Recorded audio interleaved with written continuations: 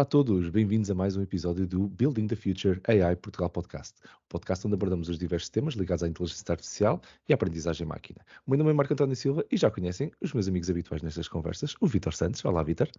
Olá, bom dia. Bom dia, Vítor. E o José António Silva, viva Zé Tó. Olá, viva, tudo bem? Viva, viva. Hoje a nossa conversa irá ser sobre um tópico que certamente já teve espaço em muitas reuniões e conversas de pub ou de café entre os nossos ouvintes. Todos nos preocupamos com a privacidade dos dados que temos e que possuímmo e que são nossos, e com a capacidade atualmente de capturar e analisar dados numa escala massiva, não é verdade? Mas é de dados que vive a nossa sociedade, não é de todo. É mesmo o novo óleo ou o novo ouro, ou como preferirem a analogia, não é? E não é de todo algo que nós podemos descartar. E ainda mais, numa base em que estamos a construir modelos de inteligência artificial cada vez melhores, cada vez mais fidedignos, e graças a esta capacidade de captura de dados e até de labeling desses dados numa escala massiva, é que temos os modelos de AI tão avançados como temos hoje em dia. É sobre isso que hoje vamos nos debruçar e procurar discutir abertamente um tema de privacidade ligado à inteligência artificial e não só. E para discutir este tópico connosco temos um fantástico convidado, o Miguel Caldas, atualmente Cloud Solution Architect da Microsoft, uma das pessoas mais sábias em IT que eu pessoalmente conheço e uma referência nacional em tudo o que está ligado a cloud, IT, segurança, etc. Vocês podem pensar num tópico e de certeza que o Miguel é referência nesse tópico. Miguel, muito obrigado por te juntares a nós neste nosso humilde cantinho de conversas sobre inteligência artificial e neste debate com um potencial tão polémico como temos hoje em dia. Isso vai ser um episódio épico. Muito obrigado, Miguel. Estou aqui avergonhadíssimo, só apetece encolher um canto. Se eu soubesse metade das coisas que tu fazes, não era Cloud Solution Architect, era CEO da Google ou da Microsoft, nesta altura. Mas epá, é um prazer estar convosco. Conheço-vos há um horror de anos, mais do que aqueles que eu gostaria de admitir. E tenho a certeza que, de facto, vocês vão ter uma conversa interessantíssima e eu contribuirei naquilo que for capaz. Muito obrigado pelo convite. Pá, Miguel, pá, é espetacular ter-te cá hoje. E o tópico é bastante interessante. Acho que vai ser aqui um debate, neste nosso debates abertos, vai ser muito engraçado. Pá, eu lanço mesmo o repto inicial sobre a importância, e se calhar até te passo para ti, Miguel, como convidado, para tu poderes partilhar o teu insight. O que é que tu achas da importância que tem efetivamente esta coleção de dados hoje na nossa sociedade? Como é que nós evoluímos para nós termos chegado onde nós estamos? Isto teve um impacto, não é? Vamos começar se calhar pela positiva ou pela negativa, não sei, agora a decisão é tua, como é que queres lançar o ponto? Primeiro que tudo, não. A minha opinião é a opinião de uma pessoa que tem, e tem outro desconto, nesta altura, 50 e muitos anos, quase 70, eu até me dói dizer isto, mas eu sou muito cioso da minha privacidade, mas quando tu dizes que todos nos preocupamos com a nossa privacidade, eu não vejo isso no mundo à minha volta. Okay. Vejo um certo relaxamento, um certo à vontade das pessoas em concederem os seus dados pessoais a quem quer que lhes peça, independentemente de saber ou não saberem como é que eles vão ser usados. Eu continuo a criar contas em tudo quanto são sites, sem usar os single sign-ons do Facebook e da Google que aparecem em tudo quanto é lado. Portanto, continuo a tentar manter-me isolado dentro de cada um dos silos aonde vou interagindo, e todos nós interagimos, portanto, faz parte do negócio que nós temos com estas mega ofertas, é que o preço que eu pago por ter o serviço não é um preço financeiro, é um preço em concessão de dados pessoais. Portanto, desde que as pessoas estejam conscientes disso, a maior parte não estão, mas desde que estejam conscientes disso, não há problema rigorosamente nenhum. Exceto numa coisa que tu tocaste.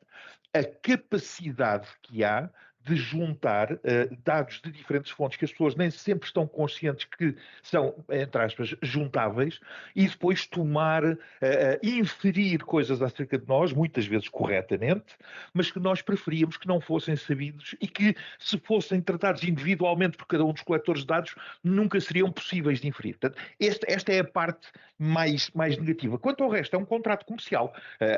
Se eu não quiser dar os meus dados pessoais ao Hotmail ou ao Gmail, posso perfeitamente comprar um serviço ao Office 365 em que pago, mas onde os meus dados não serão vendidos e utilizados para fazer anúncios.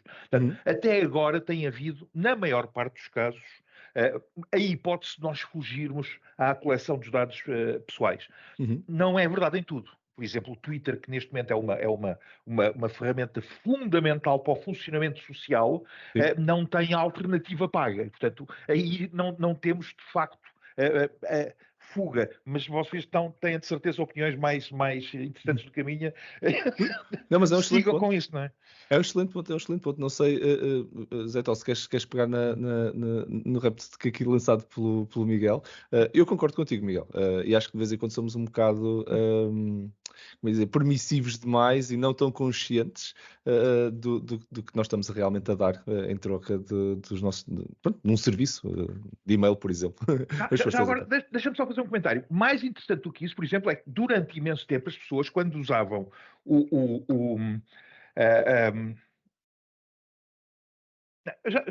já vou conversar acerca disto. Deixa o Zé Tó primeiro falar. Desculpa lá. Claro. Força, Zé. Eu estou aqui perdido.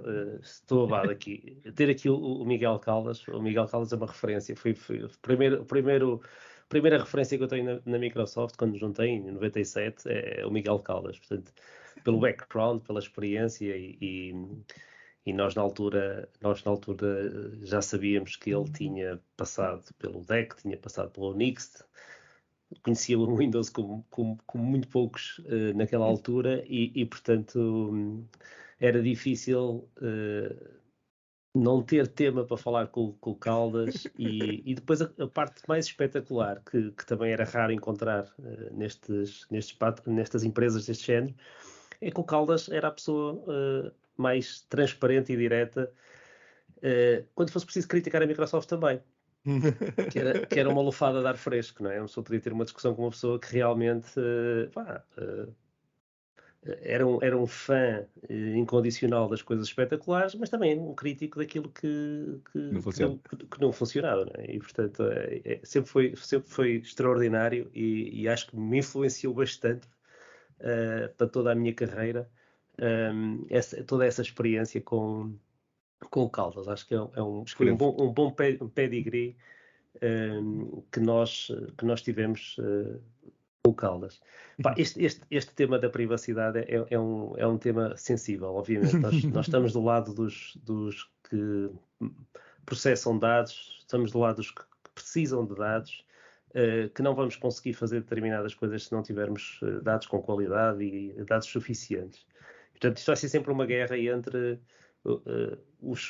as necessidades e que muitas vezes, sob a forma digital, nós conseguimos trabalhar com quantidades muito maiores de dados, mas do outro lado também podemos estar a incorrer aqui em situações que já se começou aqui a falar, no caso dos dados que se calhar não deviam ser possíveis de correlacionar. Na área da saúde isto é extremamente sensível e portanto nós podemos chegar a uma situação em que nós estamos a dar demasiados dados a uma entidade que está a fazer os nossos seguros, que está a fazer que está a medir o risco também daquilo que vão ser os nossos futuros problemas. Portanto, este tipo de situações obviamente são muito mais sérias, se calhar, do que aquilo que é a publicidade e o targeting da publicidade, etc. A pergunta que eu gostava de deixar aqui também neste grupo é se esta questão da proteção destes cookies, destes breadcrumbs, destes trackers todos, se isto é algo que também é uma responsabilidade dos platform plays, não é? dos Androids, dos Windows, dos equipamentos, porque na realidade são os equipamentos que estão a fazer esta ponte, não é? Nós conscientemente ou inconscientemente queremos usar as aplicações e dizemos yes a tudo que aparecer à frente. Não é? Nós queremos é passar a usar a aplicação. De quem está do outro lado pode ou não usar esta informação se o equipamento ajudar também a fazer esse tracker, não é? A preservar esses cookies, a usar os mesmos IDs, se a plataforma nos ajuda ou não ajuda, não é? Uhum. Eu vou pegar só aí nesse ponto que eu acho engraçado. Eu lembro-me de começar a desenvolver, eu fui front-end developer até durante muito tempo no início E na realidade, esta questão dos cookies, eu acho que aquilo nasce até de uma forma tão inocente para tentar salvar as pessoas de andarem a ter que fazer logins e efetivamente, pronto, tentar facilitar a experiência na web e depois foi nascendo ali pronto, uma maldição ok, já agora eu consigo saber onde é que tu andaste, porque eu consigo ver os outros cookies. Porque isto está tudo partilhado, espera lá. Então, se isso é verdade, eu até posso usar isto para te andar já agora, o próprio IP das pessoas não muda assim tanto que só porque tu vieste ter comigo eu já consigo saber muito sobre ti e não preciso da tua cookie. Hoje em dia. Certo, é verdade, mas com propósito também de fazer algum tracking para tentar fugir à questão do cookie. Não deixas ver cookies, então deixa-me lá ver olhar para o teu IP. Eu até sei, pronto, até consigo correlacionar coisas que os cookies não faziam, que eu agora até sei que vocês os três estão todos na mesma casa, não é? Esta gente toda lá porque tu andaste à procura de vestidos e este outro cookie que anda aqui a comprar coisas de 3D printing, vocês compram coisas juntos, não é? Então, vai parar tudo à mesma morada. Isso é um bocado assustador, mas depois do ponto de vista até de maldição do melhor de abuso, não é? Aqui se calhar estamos a falar do abuso deste tipo de tecnologias. Eu não sei, é claramente um abuso, mas eu não sei se nasceu, é um exploit na realidade. Não sei, Miguel, o que é que tu achas? Antes de passarmos aqui para o Vítor, passando para ti. É um exploit, de facto, e já agora, todas as aplicações, o browser tem o grande problema de que não foi desenhado para armazenar estado local.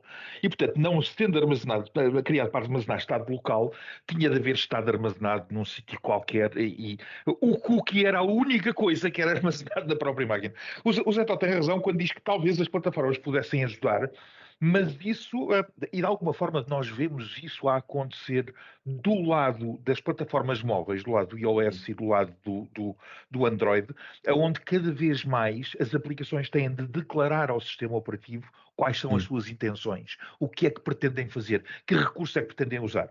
Do lado do Windows, do lado dos Linux, do lado do macOS, esse hábito ainda não está enraizado, mas de facto resolveria algumas das coisas.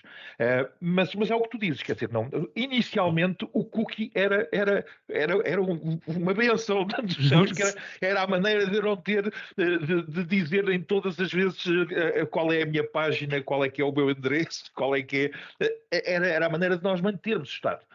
E de facto está a ser explorado de outra maneira, que eu não acho, mais uma vez, é um contrato. E quando nós dizemos que sim a tudo, como o Zé Tó estava a dizer, estamos a assinar um contrato em que estamos a prescindir de alguma coisa do nosso lado para usufruir de alguma coisa do outro. Já agora, vou continuar a conversa que estava há bocadinho, porque faz sentido. Quando eu uso o WhatsApp, quando eu comecei a usar o WhatsApp, aliás, quem me ensinou a usar o WhatsApp foi o Zé Tó, em Seattle, há uma data de anos, quando aquilo ainda era com SMS. Quando era com SMS, lembras-te disso? Era mais barato, nós mandarmos SMS. Nos Estados Unidos, estar a partilhar. Combinar o sítio do restaurante, não é? Exatamente.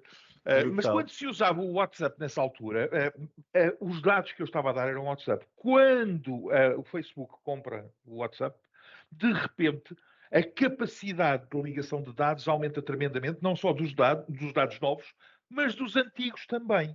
Portanto, mesmo com uma consciência completa por parte do utilizador e mesmo tendo em atenção tudo aquilo que está escrito nos termos de licenciamento ou de utilização, não conseguimos fugir a esta combinação que pode vir destas aquisições que de repente juntam informação de um modo perfeitamente legítimo, legal e que nós não estávamos à espera inicialmente. Bom ponto, excelente ponto mesmo até. Nem tinha esquecido desse. É que o histórico continua ativo, é verdade. Muito bem. Vítor, não sei que força. Sim, eu queria dizer que tenho estado a ouvir atentamente e concordo com o que está aqui a ser dito. Eu acho que esta questão dos dados, há um bocadinho aquela questão de que todos, em teoria, somos todos muito ciosos da nossa privacidade. Mas isso é só teoria, não é? E em teoria tudo funciona. Depois, na prática, com a pressa, a primeira vez que alguém nos pergunta se aceitamos os cookies todos. A primeira vez que avaliamos para um IVR ou para um chatbot e nos perguntam se podem gravar a conversa, nós dizemos que sim. E basicamente também assinamos todos os contratos Nem lemos nunca. Esta é a realidade.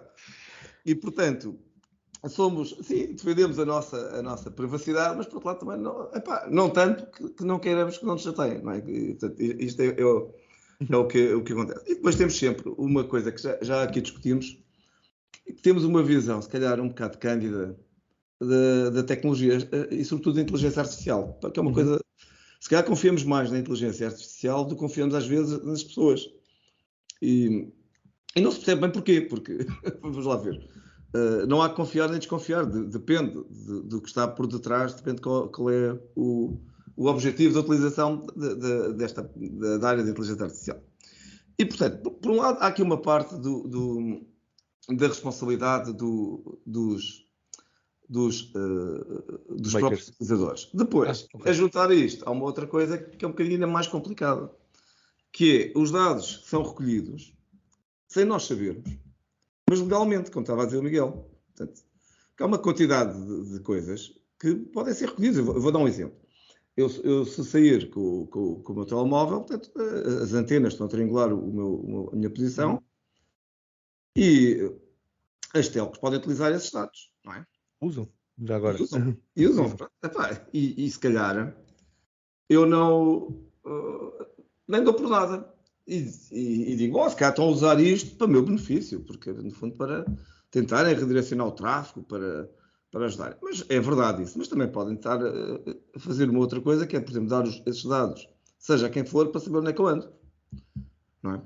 E, portanto, ou para saber se a segunda circular está congestionada. Por exemplo. Ou para saber simplesmente onde é que eu ando, depende. Se calhar eu diria que os problemas, por exemplo, na China, os problemas de congestionamento não são assim uma coisa muito, muito preocupante. Eles têm muitos carros, eles já vivem com aquilo, mas não devem querer resolver, portanto, não é? Mas, tudo depende. Portanto, eu acho que há aqui uma certa, por um lado, uma dificuldade das pessoas em manter a sua privacidade em troca de perderem alguns benefícios. E, por outro lado, há uma falta de transparência em todo o processo de nós percebermos então quem anda a recolher os dados e para quê. Porque provavelmente, até se calhar, quando vamos no meio da rua, nem percebemos no telemóvel, basta um satélite em cima de nós para perceber onde é que nós estamos. E penso que isto é um pouco difícil de resolver. Algumas teorias têm vindo no sentido de se legislar sobre isto, mesmo ao nível da Comunidade Europeia, portanto, tem-se feito algum esforço de impor, digamos, diretivas, leis sobre isto. Mas depois, no final do dia, também resta o problema de saber então e quem é que vai vigiar isso. E eu agora vou só para brincar e dizer, bom, se calhar teremos que ter um outro sistema para vigiar este sistema. E se calhar um outro sistema ainda mais inteligente. Ok, mas por acaso... Esse sistema ia ter acesso a tudo. Ora, aí está. Ok. Seria quase uma... Exato. Seria o Big Brother do Big Brother, não é? Portanto, diz assim. Acho que já estão a experimentar isso em alguns países.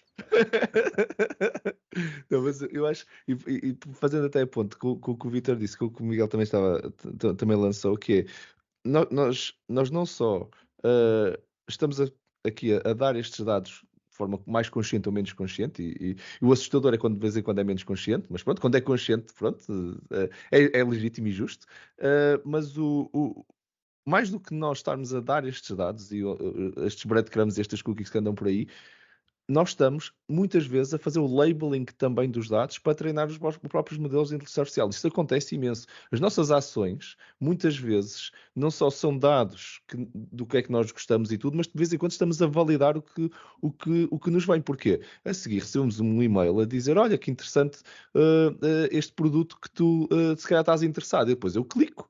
E estou a fazer labeling de toda esta informação. Não sei o que é que vocês acham também, Miguel, passando para ti, da forma quase como nós hoje em dia somos carneiros, não é? De um rebanho para os próprios modelos hoje em dia, não é? O modelo está-nos a usar, um bocado como no Matrix, não é? Estamos ligados à máquina e a máquina está a aprender connosco, não é? Não somos escravos da máquina, ou se calhar somos e não estamos a perceber muito bem já. O que é que tu achas? Eu tenho algum receio, todas as coisas que começam a parecer magia às pessoas assustam as pessoas. Não, isto é um facto. Assustam as pessoas. Portanto, o que está a passar não é compreensível pela maioria dos seres humanos. A quantidade de investimento que nós, os quatro, enfim, as pessoas nesta área, têm para aprender e perceber o que está a passar é completamente inatingível pelos meus pais, não só pela idade, mas pela minha mulher, que tem a mesma idade do que eu, ou pela minha filha. Enfim, os meus 3 filhos estão em engenharia de sistemas e computadores, portanto, têm a obrigação de perceber alguma coisa disto, mas a quantidade de investimento necessário para percebermos isto é muito grande. Portanto, isto assusta as pessoas. Eu continuo a dizer que isto é um problema económico, não é um problema, isto é uma transação económica. Quando eu vou ao supermercado, eu dou uma coisa de que gosto, que é dinheiro do bolso, em troca de uma coisa que preciso, que é o leite. Epá, e isto é o que se passa também quando eu cedo os meus dados pessoais em troca de um serviço que eu quero.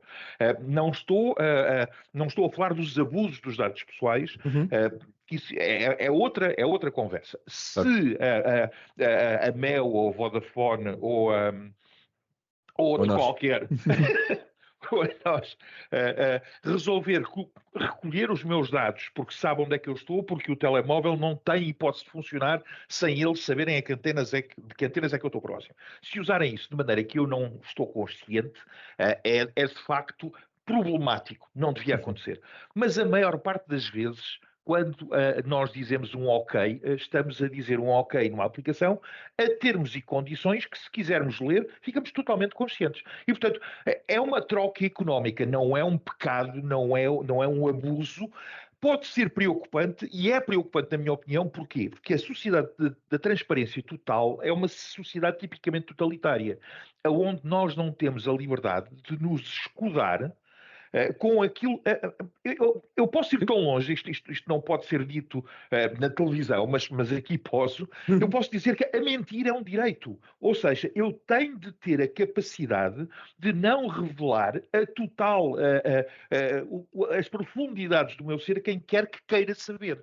Portanto, eu tenho de ter a capacidade de me escudar de pesquisas externas acerca de mim. E, portanto, para isso tem de haver uma não total transparência, tem de haver uma capacidade de isolamento pessoal, e é isso que nós temos de garantir. É claro que a legislação nem sempre ajuda. O GDPR, na maior parte dos casos, é um pedaço disparatado. Esta história de agora, de cada vez que eu entro num site, eu leio. Eu vou sempre dizer que não a todos os cookies Sim, tudo o que não é necessário. Então eu clico nas coisas todas, mas eu já sou um velhote, não é? Eu clico nas coisas todas e que não deixo, só deixo aquilo que é os cookies absolutamente necessários, que a maior parte das vezes nem sequer me deixam dizer que não, que é evidente. Mas só deixo aquilo que acho que é o mínimo necessário para que o serviço possa ser bom. Mas a maior parte das pessoas não faz isso porque é tão incómodo. Todos os sites novos onde eu apareço, lá me aparece a porcaria do prompt à entrada. E eu ainda tenho paciência para ir dizendo que não a tudo. Na prática, a enorme maioria das pessoas carrega num botão que diz ok, está bom, e acabou-se. E, portanto, não é em forma de consent. Mas que as pessoas não pensem que é o mundo que está contra elas. Não, elas estão a entrar num contrato em que estão a assinar um contrato estupidamente sem lerem os termos e condições. Sim, mas é um bom, excelente ponto de tal força. Sim, o problema aqui, e aquilo que a tecnologia nos trouxe, foi uma escala completamente diferente. Né? Nós recuarmos um bocadinho para trás. Eu vou perguntar aqui, quem é que vai a um restaurante e marca a mesa com o nome falso? Bom ponto. Porque nós queremos ser bem tratados, nós queremos ser clientes frequentes, nós estamos à espera de uma determinada consistência de serviço e, portanto, identificamos com o nosso nome verdadeiro para marcar uma reserva, vamos ao restaurante e interagimos com o nosso nome verdadeiro. Temos benefício nisso, certo? Mas são transações, são algumas, nós escolhemos os restaurantes onde é que queremos fazer isso e portanto, é win-win. Quando nós começamos a passar, e ao bocado estávamos aqui a falar com os cookies, essa arma potente que deu cabo disto tudo, os cookies é uma ideia super espetacular, super simples de criar uma sessão. Isto era a mesma coisa que nós dizemos agora que os aviões são essa arma, essa coisa para desmontar prédios no meio de Nova Iorque. Quem foi o engenheiro que inventou esta porcaria dos aviões? má ideia. Se agora dá para desmontar prédios rapidamente, em poucos segundos, em poucas horas conseguiram deitar abaixo 2 prédios. Nós não podemos generalizar as coisas assim. Portanto, o que está a acontecer aqui a escala é que está a aumentar. Isso notou-se na questão das eleições, não é? Quando quem estava a fazer o targeting das notícias e das meias-verdades e a utilizadores muito específicos que tinham determinadas convicções, usou tudo isto para conseguir gastar o mínimo de dinheiro possível para ter o máximo de impacto possível e ir direto a cada sub-targeting que eles queriam interessar e de que maneira queriam interessar cada um desses grupos. Agora, quando nós começamos a pensar nisto numa escala muito, muito grande, nós humanos começamos a não ter noção do que nos está a acontecer.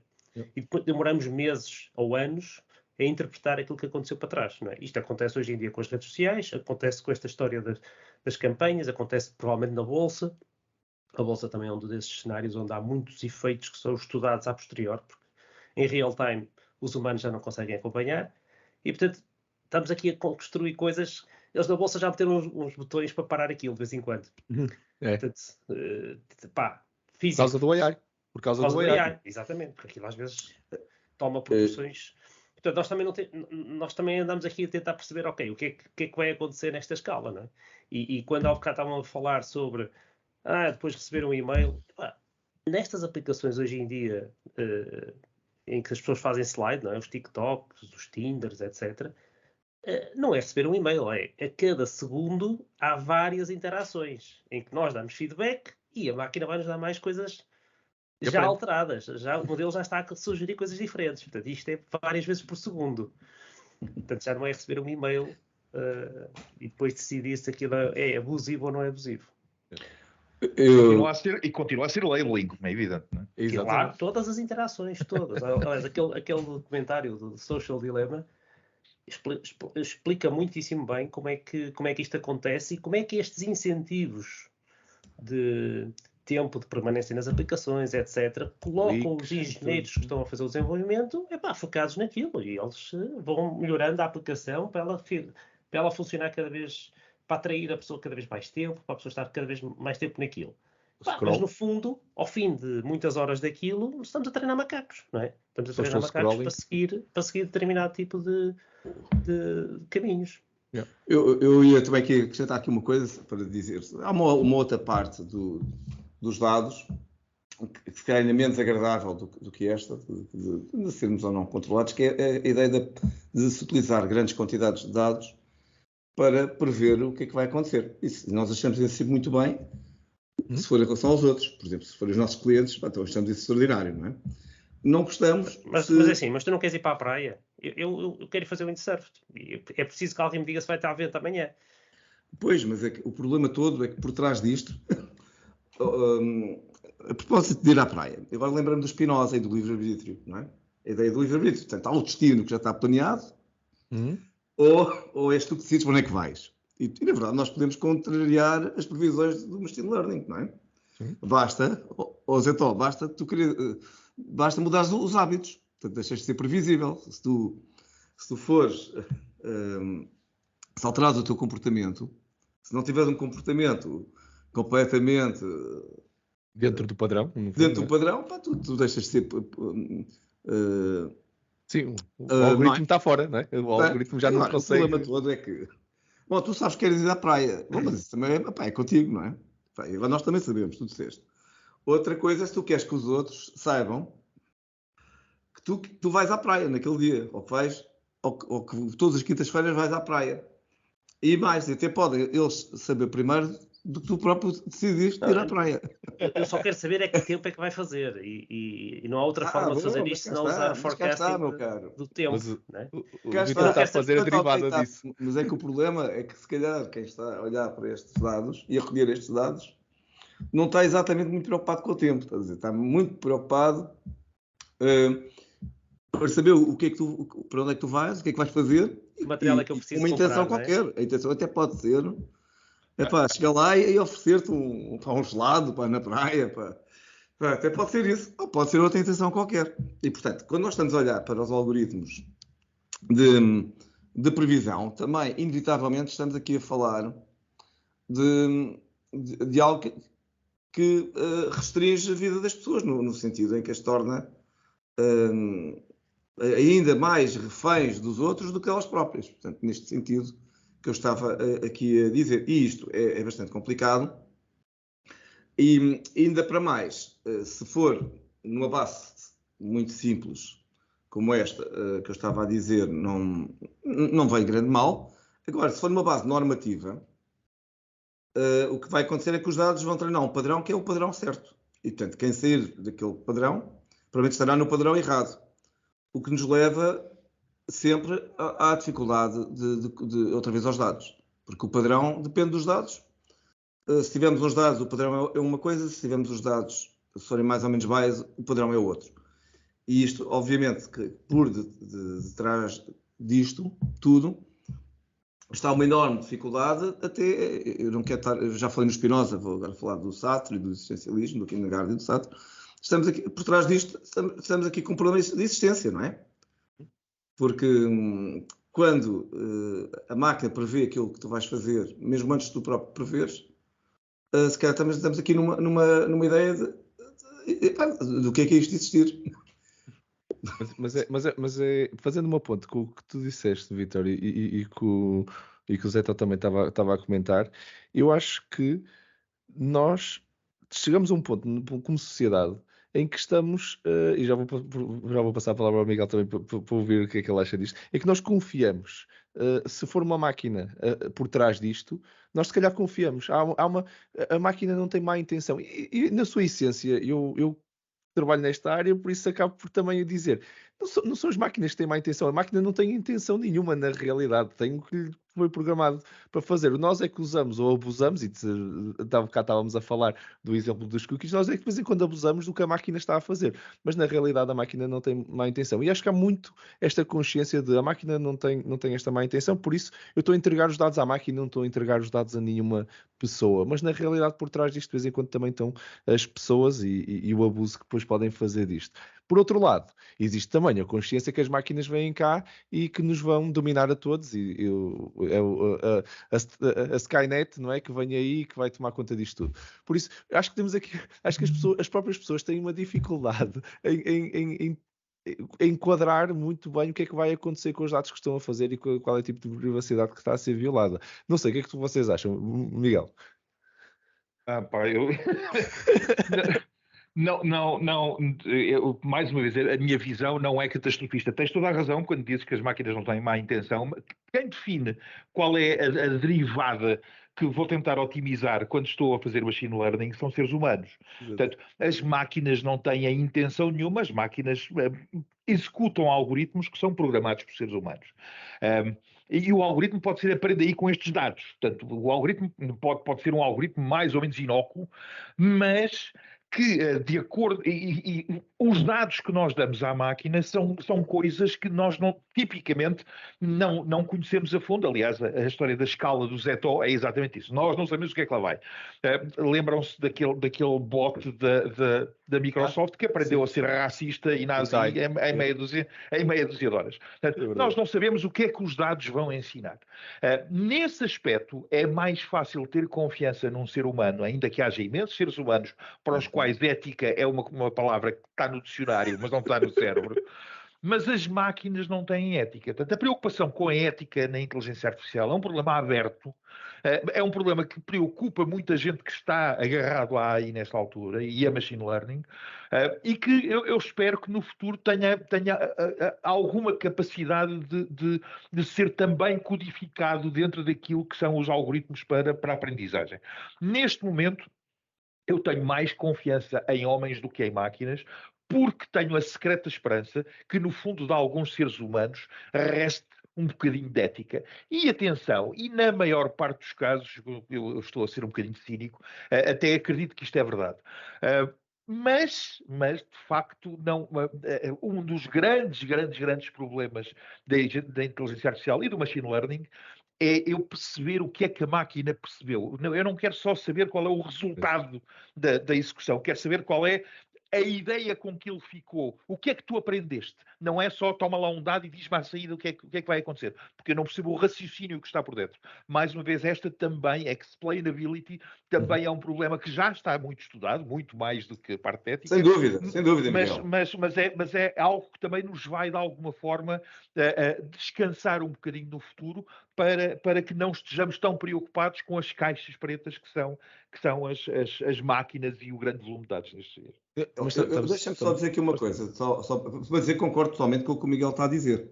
Esta ideia do que hoje em dia se chama Explainable AI, nós também já aqui falámos no nosso podcast disto, a obscuridade de algumas técnicas de machine learning, em particular aquelas que são baseadas em redes neuronais artificiais, que é preciso ver que há outro tipo de inteligência artificial que é transparente. Portanto, nós dizemos a escola clássica, portanto, baseados raciocinadores, nós conseguimos auditá-los, não é? Portanto, portanto, isso não, agora, esta ideia em que hoje se traduz, parece que o machine learning é simplesmente a parte indutiva e as redes neuronais em particular, leva-nos a um problema de obscuridade.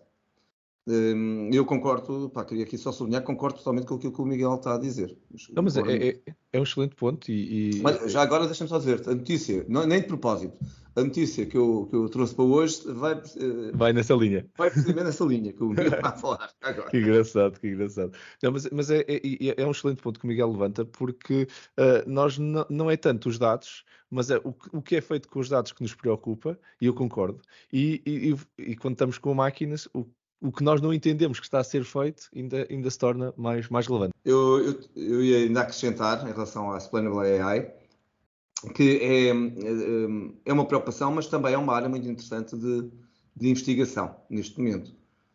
Porque, de facto, nós temos também, tal como em relação aos dados, temos alguma despreocupação. Nós tendemos a confiar no machine learning para nos dar respostas. Portanto, se o machine learning recomendar um livro, com base, e for dito, bom, este livro está a ser recomendado com base nas suas compras, eu tendo a aceitar isso, se calhar tão bem como aceitaria de um livreiro na loja. Mas eu, na verdade, não vou procurar apurar se por trás daquilo não está um interesse comercial que está bias, por exemplo, por uma editora. E porquê? Bom, nem consigo, mesmo que me passasse pela cabeça isso, eu não conseguiria auditar isso. Não é? E isto é, de facto, uma preocupação, pelo menos neste tipo de machine learning baseado em grandes quantidades de dados. Eu vou partilhar do meu lado, eu uso, partilhando aqui abertamente, eu uso Spotify desde o início que nasceu o serviço, acho eu, já nem me lembro há quantos anos é que já pago Spotify.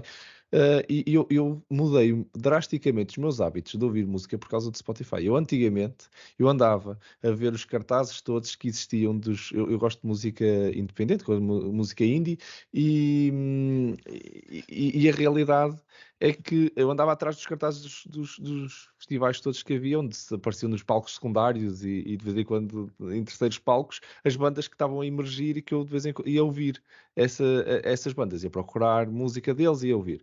Hoje em dia o Spotify começou-me a dar a mesma informação que eu tinha, não é? Eu comecei a ouvir aquelas bandas, sempre emergentes, de momento para outras recomendações de Spotify são exatamente o que eu já iria buscar, de vez em quando até antes do cartaz ter saído. Indo ao encontro do que o Vítor estava a dizer, se calhar eu nem sabia que quero ouvir aquilo e ele já me estava a mostrar. Depois eles aparecem lá no cartaz. Ao ponto que eu hoje em dia já nem sequer vou ver os cartazes. Eu vejo os cartazes numa ótica de comprar o bilhete e não tanto de descobrir música. Porque o Spotify já está a fazer isso naturalmente por mim. Por isso, eu estou contente com este serviço, mas ele sabe tudo sobre os meus gostos musicais. Sabe tanto, ou até de vez em quando, usando o repto do Vítor, mais do que eu sei sobre os meus gostos musicais. Marco, mas já agora voltando ao Spinoza. Voltando aqui ao Spinoza, coitado do Spinoza. Mas isto, tu não sentes que isso te limita à descoberta de novas coisas? Era esse o ponto que eu ia levantar. Eu, de vez em quando, tenho receio. Primeiro, estou refém de continuar a pagar o Spotify, ok? Eu não consigo mudar de serviço de música porque nenhum serviço me conhece como o Spotify. Não vou treinar um novo algoritmo. Isto foram anos de labeling, ok? Marco, mas o que eu estou a perguntar é, então isso não te impede de conheceres uma nova música, de um novo estilo, completamente fora daquilo que tu gostas hoje? e que até por absurdo até venhas a gostar mais do que aquilo que tu ouves hoje. É um bom ponto, é um bom ponto. Miguel, força. Não! Não impede. Só impede se eu decidir viver na bolha. E isto é uma coisa que é muito importante que as pessoas estejam conscientes. O facto de haver recomendações, por enquanto, não são obrigações.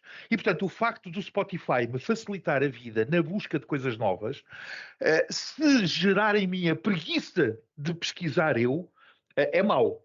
Se aquilo que eu tenho é mais um vetor para me informar, é bom. Portanto, quando o Spotify me conhece, o Spotify conhece aquilo que eu mostrei ao Spotify. Se eu sou apenas isso, se eu resolver fechar-me nessa bolha, nessa altura, de facto, o Spinoza tem razão. Eu deixo de existir como indivíduo, passo a existir apenas como um conceito, uma ideia. Não é isso que se passa em muitas pessoas e é isso que se passa também em muitas pessoas, em que de repente descobrem que o Spotify as ajuda e deixam de pesquisar ao lado, deixam de continuar a olhar para os cartazes, deixam de fazer isso. Porquê? Porque têm aquilo que pensam que são as suas necessidades já estão cobertas. É uma bolha. E eu sou ferozmente anti-bolhas. Se alguém visse as entidades que eu sigo nas diferentes plataformas, certeza que achavam esquisitíssimo, porque não é possível um gajo gostar de todas aquelas coisas, mas eu sigo coisas que não gosto justamente para me manter fora das bolhas, para que o meu labeling não possa ser monocromático e para que não deixem de aparecer coisas novas na minha vida. Não sei se vocês fazem alguma coisa semelhante. Atenção, do lado da música, até das coisas onde eu mais facilmente admitiria que esta não tenho nenhum problema com isso. Do ponto de vista de manter-se dentro da bolha, não é? Manter dentro da bolha, exatamente. Vamos fazer aqui um shift para coisas menos explícitas. Vamos imaginar que nós todos usamos um software GPS, certo? No carro. Sim. E nós escolhemos os destinos e o GPS manda-nos por umas ruas, certo? E os algoritmos estão a evoluir, obviamente. Né? E o AI pode chegar a um ponto em que diz assim, isto não vamos mandar toda a gente pela mesma rua, senão vamos congestionar aquela parte da cidade. Então vamos começar a dividir. Vamos começar a dividir. Chegar. Há quanto tempo é que nós já estamos aí? Ora, então, mas há aqui umas ruas que têm portagens. Há outras que não têm. Quem é que vai pagar? Não é? Ora bem, então como é que vamos distribuir isto? Quem é que vamos mandar para a portagem e quem é que não vamos mandar para a portagem? E já agora, como é que isto em real time... Como é que isto em real time é atualizado? Será pela velocidade dos carros que estão a passar por aqueles sítios? Então, e se uma empresa... que por acaso até vende esses quilómetros de portagem, começar a influenciar os dados para parecer que não está ninguém a passar naquela rua, que aquilo é tudo rapidíssimo, não há trânsito nenhum ali, estão a passar lá carros rapidíssimo, nem que sejam carros virtuais, não interessa, mas estão a passar rapidíssimo e, portanto, se calhar o algoritmo AI, espetacular, até vai aproveitar para mandar ainda mais gente para aquela portagem. Yeah. Então, se calhar estamos a influenciar rendimentos já. Uhum. O tal programador que não sabe o que é ética, se calhar já está a fazer ali os objetivos dele. E isto é uma coisa, pronto, são carros. Mas e se isto for influenciar a forma como o diagnóstico de um laboratório manda tomar vitamina D? E se isto afeta consumo de medicamentos? Certo. Já começa a ser coisas um bocadinho mais sérias. Ou política, também já há bocado tocaste no ponto, por isso pegando nesse, né? Como é que nós votamos e o que é que nós... Aquilo que fizeram ao bot da Microsoft foi um experiment, né? Foi provar que um algoritmo que aprende em real time tem riscos, né? Pode seguir caminhos que os autores, de certeza absoluta, nunca lhes passou por a cabeça que aquilo seria um problema, né? E tiveram que rapidamente desligar aquilo. Quero lembrar que a mesma equipa que provavelmente fez esse bot teve um sucesso enorme com um bot na China que acompanhou um monte de pessoas e ajudou até a detectar situações de suicídio em jovens. E, portanto, é a mesma equipa. Provavelmente é o mesmo know-how, é o mesmo tipo de tecnologia. Não é? De um lado, alguém quis provar que ele podia se tornar xenófobo. Do outro lado, esse bot ajudou a ligar muitas pessoas que se calhar vivem numa sociedade e que precisam de uma companhia e que precisam de um acompanhamento. Portanto, tudo aqui volta ao mesmo, que é a responsabilidade de quem está a desenhar isto, com que padrões, com que valores é que essas pessoas estão a ser guiadas, e a performance management é daquelas coisas que pode ter as suas influências negativas no comportamento humano, como nós sabemos, e portanto é a responsabilidade de todos nós ajudar a criar boas práticas e formas de monitorizar isto a longo prazo, que é para não cairmos nestas situações.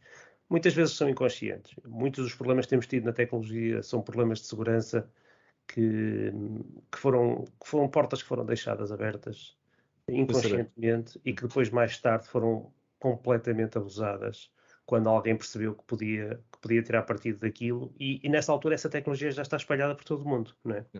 E o impacto de uma estratégia dessas pode ser tão grande como foi o caso do Facebook, que eu acho que eles também conscientemente não sabiam que podiam estar a influenciar tanto da política internacional. Exatamente.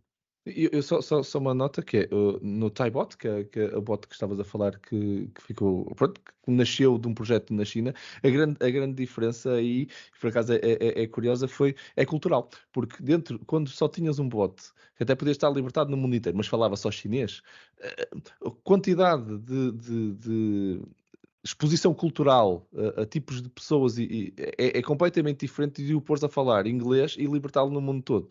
O que aconteceu foi, nas primeiras experiências daquela equipa, a cultura chinesa era quem treinava aquele bot, e esse tipo de exploits não aconteceu dentro da cultura chinesa. Quando tu abriste para o mundo todo, houve efetivamente algumas pessoas que decidiram, usando a gíria online, trollar aquele bot literalmente, e pronto, e exploraram ali um erro, no fundo. E voltando à questão da ética, que o próprio Miguel já tinha introduzido logo no início, pronto, não há ética nas máquinas, não é? Há ética nas pessoas, e se calhar temos que começar. As leis de Asimov se calhar não são o suficiente para hoje em dia, não é? Hoje em dia não interessa se ele vai fazer mal a ele próprio ou um humano. Se calhar temos que começar a pôr um conjunto, quase uma declaração de ética associada àquela lei. Vamos fazer aqui mais 20 artigos de ética para ele também complementar as leis da Asimov. Isso é muito interessante, mas depois, como se veio a descobrir depois no caso do Facebook, eles também perceberam que estes discursos de ódio todos e estas discussões mantinham a plataforma... Eram boas para a plataforma, exatamente. É extraordinariamente difícil, aliás, a regulação. Na opinião de algumas pessoas, a regulação deste tipo de coisas é a solução. Na minha opinião, não é. Não há know-how suficiente fora das grandes organizações para serem capazes de fazer regulação. Aquilo que funciona bem no petróleo e na eletricidade e na comunicação social, ou poderia funcionar bem, não quer dizer que funcione, mas aquilo que seria de facto uma coisa razoável nessas indústrias, onde a produção de conhecimento é suficientemente lenta para que o know-how acerca do negócio possa estar em igual quantidade no regulado e no regulador, nesta área é completamente impossível. A produção de conhecimento é feita do lado das plataformas, o regulador só sabe daquilo que se passa demasiado tarde para conseguir fazer alguma coisa. Portanto, e nota-se isso com os GDPRs da vida e essas coisas todas. E depois tens outra coisa que é, nessas áreas, tu já evoluíste a um ponto em que sabes que para manter a competitividade tu tens de ter um mercado com concorrentes, vários produtores de petróleo, etc. E tens alternativas, tens um mercado que funciona, é competitivo, etc. A bem do consumidor. Quando chegas a estas plataformas que são baseadas em efeito de rede, em que quanto maior é o número de pessoas que estão ligadas à mesma aplicação, ou ao Spotify, ao Facebook, etc., maior é o valor que as pessoas tiram. Isto seca o segundo classificado, não é? E cria estes monopólios que acabam por depois poder funcionar ao contrário e não beneficiar o consumidor, não é? E não há standards aqui, não é possível definir um standard, porque é exatamente a diferenciação, é a alma do negócio. O modelo de AI que faz mais alguma coisa no concorrente A, que vai chamar mais gente, que vai alimentar mais o modelo e que vai criar o efeito bola de neve que estavas a falar, é o fator diferenciador. Por isso, mesmo que quisesse regular uma coisa destas, seria muito complicado, ou até mesmo teoricamente impossível. Depois eles chegam a uma dimensão que compram o WhatsApp, que é o próximo que vem aí, compra o Instagram. certo. Aqui está o regulador, se calhar não está a ver as coisas. E o mesmo está a passar com a publicidade e com o search, não é? com o Google. Não é? Isto chega a um ponto em que não há alternativas. E depois tens a questão também do comércio eletrónico, a Amazon também está a secar os pequenos sites online, não é? E, portanto, chegas a uma situação em que o mercado já não tem concorrência e pode ter desequilíbrios em que o consumidor é que sai prejudicado. Neste caso, a Amazon é mais aquele tipo que criou um produto espetacular e está a vender muito bem e, de repente, já não vende mais porque a Amazon lançou um Basics qualquer que faz a mesma coisa. Pois. Mas pegando só no último ponto, então, exatamente para tentarmos fazer o wrap-up de tudo que nós falamos, acho que fica para os nossos ouvintes, se calhar, uma dúvida, que é, será que então é tarde demais? Será que isto já cresceu tanto? Estes pontos todos que nós falamos aqui, tanto positivos como negativos, e atenção, há muita coisa positiva também aqui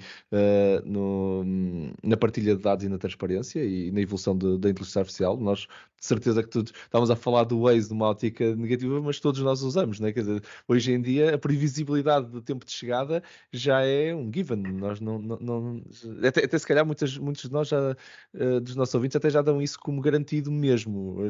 Já não existe mundo sem eu saber que vou chegar a tantas horas e ser avisado que tenho que sair agora, senão o trânsito não vai permitir chegar a horas da reunião. Será que é tarde demais? Será que já existem dados suficientes online que mesmo que nós agora travássemos e regulássemos a quantidade de dados que vamos ser adquiridos daqui para a frente, se já não está aqui um footprint demasiado grande para travar o que é que seja mal intencionado de se fazer com a nossa privacidade? Não sei. Miguel, o que é que tu achas como último comentário? Ser tarde demais, acho que nunca é tarde demais. Okay. De facto, continua... Então, deixa-me organizar a conversa. O poder continua a estar, por muito que as pessoas não queiram, o poder continua a existir do lado de quem tem as armas. E, portanto, o poder político é importante porque é aquele que continua a funcionar. Claro que alguém pode dizer à Google, vocês agora não podem ingerir mais do que 40 atobytes de informação por mês. Atobytes são umas coisas muito pequeninas. Mais 40 atobytes de informação por mês e é a lei. E a Google pode dizer, eu agora vou para o Canadá. Isto discutiu-se na altura em que se ia partir a Microsoft aos bocadinhos por causa do processo do Internet Explorer, não sei o que mais, e havia muita gente que disse, se o governo americano obrigar a Microsoft a fazer isso, a Microsoft muda-se para o Canadá para estar sujeita a outra legislação. Não, de facto, pensarmos que podemos regular estas plataformas facilmente, não pode, não vai ser fácil, e não estou convencido que no meu tempo de vida aconteça essa capacidade regulatória. Penso que pode não ser tarde demais. Há mecanismos esquisitos também a funcionar. Neste momento o Elon Musk comprou 10% do Twitter. Portanto, que era uma plataforma que estava um bocadinho, enfim, polarizada pelos seus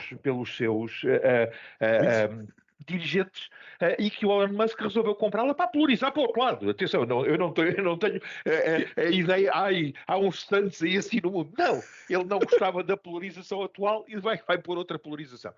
Ele chegou a pensar fazer uma. Ele chegou a fazer uma coisa no próprio Twitter a perguntar, vamos fazer uma ou então, claramente a alternativa era comprar o Twitter.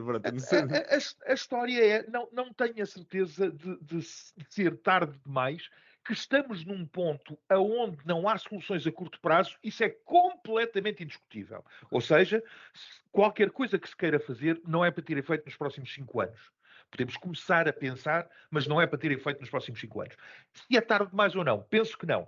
O ser humano desenvolveu a inteligência porque precisava de resolver problemas porque era mais fraquinho do que os tigres e os gorilas e essas coisas todas. Portanto, é a nossa arma. Tem-nos servido bem para algumas coisas, tem servido mal para outras, mas é uma ferramenta natural como outra qualquer. Estou convencido que também vamos ultrapassar isto. Não tenho visão, mas tenho esperança. Não, é só deixar este tom no fim para não ser tudo negativo. É uma excelente mensagem e uma excelente forma de nós passarmos aqui para a nossa rúbrica.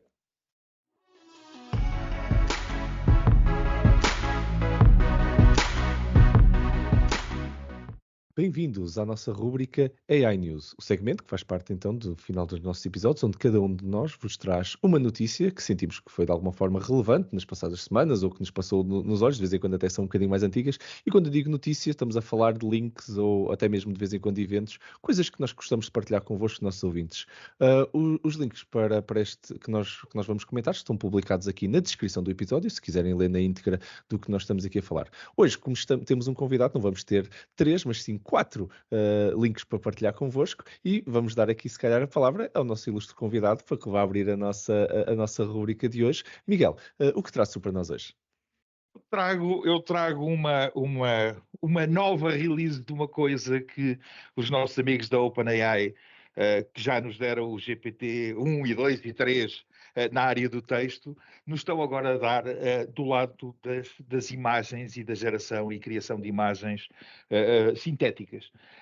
Já agora nós continuamos atrasadíssimos como ciência na obtenção de inteligência artificial genérica, de inteligência como nós entendemos, mas estamos ótimos a fazer inteligência autista, que só conhece um tema, mas que o conhece muito bem. E já tínhamos visto isso do lado do OpenAI com os GPTs, e agora temos com o DALL-E, que tem o nome todo giro, escreve-se DALL-E, mas que parece o DALL-E como o Salvador Dalí, é o senhor que pintava uns quadros interessantes e que é um produto fantástico, interessantíssimo, está na sua segunda release depois do DALL-E 1, temos agora o DALL-E 2, que gera imagens. Recomendo vivamente que as pessoas que tenham uns minutos livres se deliciem a ver as imagens geradas pelo DALL-E de acordo com o pedido das pessoas. Alguém pediu, eu quero uma família de ratos à lareira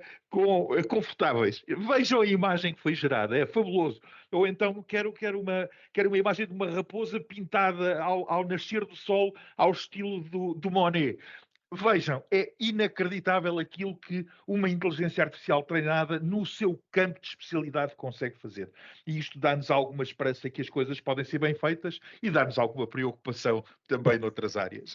Não, fantástico, pá, eu subscrevo o que tu disseste completamente. É delicioso andar só just for fun, andar a experimentar algumas frases para ver o que é que ele vai gerar e depois ver o resultado. É quase ver a nossa imaginação a materializar-se. É muito giro e é uma excelente recomendação, Miguel. Muito obrigado pela partilha. Eu vou experimentar. Tenho pena de ter aqui o Twitter handle de um colega meu lá na empresa que começou uma linha do Twitter de imagens e até com... como é que chama agora aquelas imagens assinadas no blockchain? NFTs. Non-Fungible Tokens. Basicamente o que ele anda a fazer é escolher determinados versos de músicas antigas, conhecidíssimas, e gerar imagens com o DALL-E. Ele anda a gerar snapshots para versos famosos e a criar NFTs com isso. É muito giro. Brutal. Já agora, o DALL-E já existia há algum tempo, estamos no DALL-E 2, que é um upgrade em relação ao DALL-E inicial. E depois é precioso a maneira como se escreve DALL-E, que parece o Wall-E da Pixar. Então, delicioso. Muito bom. Muito bem. Então, deixa-me adicionar aqui o meu também. Portanto, o meu link 2 é uma notícia muito recente de uma empresa chamada Octipit, que teve aprovação da União Europeia para fazer análise de raio-x sem intervenção de um radiologista. Portanto, isto é o primeiro algoritmo autorizado a fazer isto sem... Isto é uma luta entre os profissionais, obviamente, e estas comunidades de AI. E, portanto, o que esta autorização vem permitir é que o AI, neste caso, comece a fazer o primeiro trabalho e, se não houver necessidade de radiologista, nem sequer é obrigatório o parecer do radiologista. Ok, muito interessante. Isto sabes que eu acho curioso que estamos a ver cada vez mais diagnóstico assistido médico. Sim, nós fazemos isso. Mas não podemos prescrever, certo? Certo, exatamente. O que nós fazemos é preparar as coisas para que o especialista faça esse tipo depois da assinatura. É como o GPS do carro, ou como a ABS do carro. Nós não estamos a substituir os condutores, nós estamos apenas a guiá-los e ajudá-los a fazerem melhor o trabalho deles. Yeah. Depois, a responsabilidade continua a ser do condutor, não é? Neste caso do médico. Aqui é a primeira ferramenta que passa essa fase. Exatamente. Por isso é que eu estou bastante curioso de ver o que é que vem a seguir. Isto abre um espaço, uma escala para muitas áreas deste género. E até acho que nem sequer para o mundo desenvolvido. Até vejo isto com um potencial enorme para mundos subdesenvolvidos, obviamente, onde é muito mais difícil ter a escala e pronto. E neste momento é entre nenhum médico um AI, no fundo, um robô virtual a ajudá-los pelo menos a escalar. Como em muitas outras profissões, é que o profissional vai ser chamado para os casos difíceis, para os casos que obrigam a outro tipo de análise. Espetacular. Agora, aquilo que é sempre igual e que a máquina já faz com maior consistência e mais rapidamente, é como tu dizes, é aumentar a escala das pessoas que estão a ser servidas. Sim, é o trator na agricultura, basicamente, versus a lavrar a terra à mão, no fundo. É um bocado isso. Eu tenho uma conversa recorrente. Força, vá. Estás aí a terceiro todo. Tenho uma conversa recorrente com os meus amigos médicos. Não, é no teu sentido. Em que digo que uma das primeiras profissões que vai ser dramaticamente reduzida é a profissão de médico. Ao contrário da profissão de enfermeiro. Ok? É verdade. E, portanto, é uma discussão que eu tenho com eles a dizer que no futuro vai haver muito menos médicos, porque vão ser substituídos por AI, e vai continuar a haver médicos, mas muito menos, mas os enfermeiros têm tendência não a diminuir, mas a aumentar. Yeah. Bom ponto. Por acaso não tinha pensado nessa perspectiva realmente, mas não é, quer dizer, a robotização também pode reduzir mais, mas vai demorar mais tempo a chegar a essa do que aos médicos, é verdade. Este tipo de coisas tem tendência a aumentar. Completamente. Excelente. Claro que vão ser enfermeiros completamente quitados com AI e... uns óculosinhos a ver as coisas todas. Exatamente, e que tem hologramas por todo lado e tudo. Yeah. Exatamente. Mas sim, muitos profissionais necessários para esta área. Depois eu trago uma notícia um bocado a contrariar isso. Vítor, por favor, vá lá. Não para a medicina, não para a medicina, que já agora foi uma das primeiras áreas, não é? Com os sistemas policiais, com o famoso MCIN, já há muitos anos, onde a inteligência artificial tentou emancipar-se, mostrando que tinha alguma utilidade. Mas eu trago uma notícia para a justiça, para a área da justiça, e que é uma notícia que eu acho que é invulgar, precisamente porque diz o seguinte. Portanto, isto refere-se ao Comitê de Justiça e Assuntos Internos da Câmara dos Lordes britânica, e a notícia diz o seguinte. O Comitê de Justiça e Assuntos Internos da Câmara dos Lordes determinou que a proliferação da inteligência artificial no sistema de justiça é uma ameaça aos direitos humanos e às liberdades civis. Ok, meter um travão. Foi quem? Foi o sindicato ou foi o... Não é o sindicato. Estou a falar da Câmara dos Lordes, não é? Estou a falar do Estado, do Parlamento, não é? Portanto, Parlamento. É uma ameaça. E porquê? Bom, e por isso é que eu lembro-se quando estávamos há pouco a falar da Explainable AI e da importância que isso tinha. Bom, eles dizem que é uma ameaça precisamente porque as recomendações que são preferidas por esses sistemas de inteligência artificial que não são explicáveis. E, portanto, são uma ameaça. E, portanto, que as decisões, mesmo que a IA possa ajudar alguma coisa, quem tem que decidir terá sempre que ser o ser humano. E eu achei interessante esta notícia, precisamente porque eu não direi que é contracorrente, mas numa altura, e vocês bem sabem, todos nós sabemos, não é? Que andamos outra vez numa fase de um hype da inteligência artificial, estamos outra vez na pop, não é? Em que tudo vai ser resolvido pela inteligência artificial. É interessante ver aqui os políticos a começarem a pôr, em particular a Inglaterra, eles são rápidos, não é? Começarem a pôr este tipo de questões, e neste momento é mesmo uma afirmação do Parlamento, o que é bastante engraçado. Acho curioso, por acaso, terem sido tão taxativos nessa decisão, mas por outro lado, acho que a justiça é daquelas coisas que está um bocado. Se há coisa que está mais ou menos standardizada do ponto de vista de leis para alguns problemas, não digo para todos, mas para muitos deles, imaginaria eu que seja. A questão das coordenações, por exemplo, até são tratadas à parte do resto Isso nem precisa de inteligência artificial. Exato, aquilo é direto, não é? Por isso.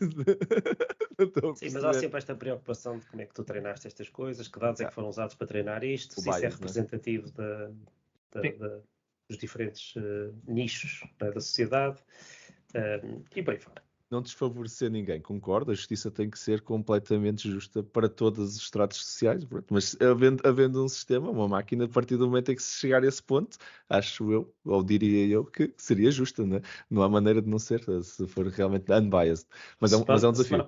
A semana passada no Partner Pledge falávamos exatamente sobre o caso das mulheres negras, grávidas, que era um grupo pouco representado em determinado tipo de factos, e que isso estava a influenciar o tipo de tratamentos que estavam a ter direito nos Estados Unidos. Estamos a falar de uma sociedade bastante evoluída, supostamente, pelos padrões, pelo menos, com que se mede essas sociedades, e portanto, é um bocado vergonhoso, não é?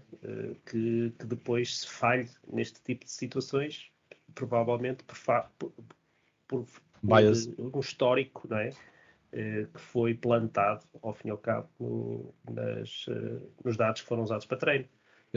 Tem a ver com o background histórico deste tipo de serviços, e que se calhar não havia dados suficientes e acabaram por treinar mal os modelos. E de vez em quando as funções de objetivo também para o treino do modelo não estar adequada à realidade depois justa.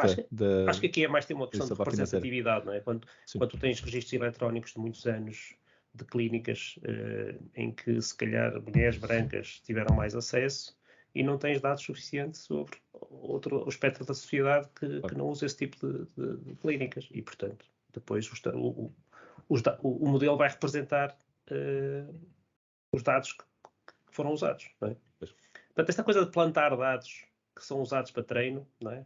Voltamos outra vez ao bot.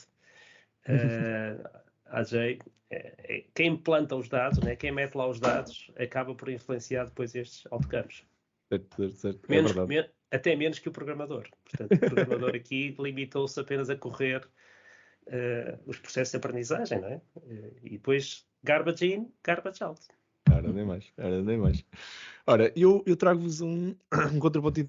Vocês trouxeram notícias, links bastante interessantes. Eu agora vou partilhar uma coisa que não sendo tão interessante, achei giro, porque estou a preparar na preparação desta edição nova para os meus alunos de Advanced AI e Machine Learning, Advanced Machine Learning and AI. Estava a ver alguns exemplos de coisas novas com Image Segmentation, e o Teams tem esta funcionalidade de Image Segmentation que nós já fazemos para metermos os backgrounds, e depois lançamos agora umas coisas muito engraçadas, e tem aqui um link muito curioso de novas features, por exemplo, que eu sinceramente acho giro, mas não me vejo a usar, mas que achei bastante engraçado para resolver alguns problemas que eu tenho nas apresentações. Um deles é a image segmentation dos olhos, para manter os olhos focados na câmara enquanto eu estou a ler as notas do ecrã de lado. E realmente isto acontece em alguns vídeos que gravo, que é muito giro, porque realmente as notas não estão neste ecrã e efetivamente olhar para o lado é chato. E pronto, resolvemos esse problema de uma forma bastante elegante e simples. Fica lá uma tagzinha do olho a olhar para a frente, mas o meu olho está a olhar para o outro lado e está resolvido. Admirável aluno novo, pá. O Aldous Huxley daria umas voltas na tumba, pá. Achei genial. Eu posso sugerir já a próxima feature para o Teams. Então. Que é nós carregamos num botão de freeze, ok? E ele mantém o meu avatar animado, como se eu estivesse a ouvir tudo que as pessoas estão a dizer. Eu já sugeri isso! Há um vídeo loop qualquer que o gajo fica ali, parece que está a dizer que sim com a cabeça, não é? É o próximo. Vai ser a seguir aos olhos creepy, vai ser o... Já temos do make-up também. Para a malta que está em casa, também já lançamos. Podes ficar com maquilhagem sem a pôres. Também... Pior do que isso, nas previews que eu uso, ligaram isso automaticamente. Ligaram? Sério? Uau. Eu estou na preview e por acaso não me ligaram isso, mas então grande sorte. E portanto o meu chefe dizia-me: Miguel, tu ligaste o filtro. Eu, qual filtro? Portanto, passei por maníacozinho da pele lisinha em frente aos meus colegas sem ter feito nada por isso. Se calhar, se soubesse que lá estava o botão, até tinha carregado. Não sei. Genial. Mas pronto, era o que eu vos trago hoje. E assim terminamos mais um episódio. O meu nome é Marco António Silva e vocês estiveram a ouvir o Building the Future AI Portugal Podcast. Podcast que vos fala sobre inteligência artificial em conversas informais e cheias de conteúdo. Um enorme obrigado por mais uma conversa muito interessante aos meus parceiros neste sofá virtual. Ao Vítor Santos. Muito obrigado, Vítor. Foi um prazer, um grande abraço a todos. Grande abraço, Vítor. E ao José António Silva, muito obrigado, então. Olha, obrigado, pai. Obrigado por estas oportunidades e para estar convosco, nem que seja assim virtualmente pelo Teams. E olha, um grande abraço. Caldas, obrigado por teres aceito este desafio. Foi um enorme prazer. Exatamente, é um obrigado enorme aqui e muito especial ao nosso ilustre convidado, ao Miguel Caldas. Foi uma fantástica participação nesta conversa, um prazer e uma honra enorme ter-te como nosso convidado e certamente os nossos ouvintes adoraram esta conversa. Miguel, muito, muito obrigado. O privilégio é todo meu. Muito obrigado pelo convite. Excelente. Excelente. E obrigado, claro, a todos vocês que estão desse lado a ouvir-nos. É para vocês que nós produzimos este conteúdo, por isso muito obrigado por estarem desse lado e pelo vosso apoio. Caso tenham algum tema que gostassem de ver discutido em próximos episódios, sugestões ou comentários, feedback, estamos muito, muito interessados em ouvir-vos. Basta-nos fazerem chegar um e-mail para podcast@buildingthefuture.pt. Fiquem atentos para o nosso próximo episódio, nas habituais 2 semanas, como já estão habituados. Até lá, muito obrigado por estarem desse lado e vamos continuar juntos a ativar Portugal e construir um futuro melhor com a tecnologia. Obrigado a todos.